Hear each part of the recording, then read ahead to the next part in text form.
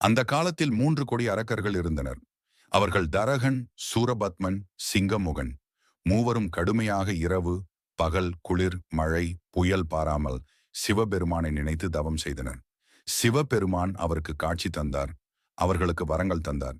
அவர்கள் மூவரும் தேவலோகத்தில் தேவர்களை, முனிவர்களை, ரிஷிகளை கொடுமைப்படுத்தினர். விலங்குகள் அலறின, இருள் சூழ்ந்தது.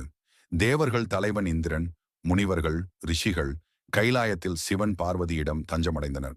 சிவனும் பார்வதி தேவியும் அன்பால் முருகனை உருவாக்கினர். அழகே வடிவான முருகன் வீரமுடையவர். அன்னை பார்வதி தேவி அவருக்கு சக்தி மிகுந்த வேல் ஒன்றை தந்தார். அழகே வடிவான முருகன் அந்த 3 கொடிய அரக்கர்கள் இருக்கும் இடத்திற்கு சென்றார். 3 அரக்கர்களை தாக்கினார். அப்போது வானம் இடி முழக்கமிட்டது. தேவர்கள், முனிவர்கள் அந்த காட்சியை கண்டார்கள். அரக்கர்கள் மூவரும் தனது சக்தி இழந்து நின்றனர். முருகன் அவர்கள் மூவரையும் தாக்கினார். சூரபத்மன் மரமாகி நின்றான். முருகன் தனது வேளால் சூரபத்மனை தாக்கி மயிலாகவும் சேவலாகவும் மாற்றினார். பின்பு முருகன் மயிலை வாகனமாக்கி அதன் மீது ஏறி தனது தாய் தந்தை சிவன் பார்வதி இருக்கும் கைலாயத்துக்கு சென்றார்.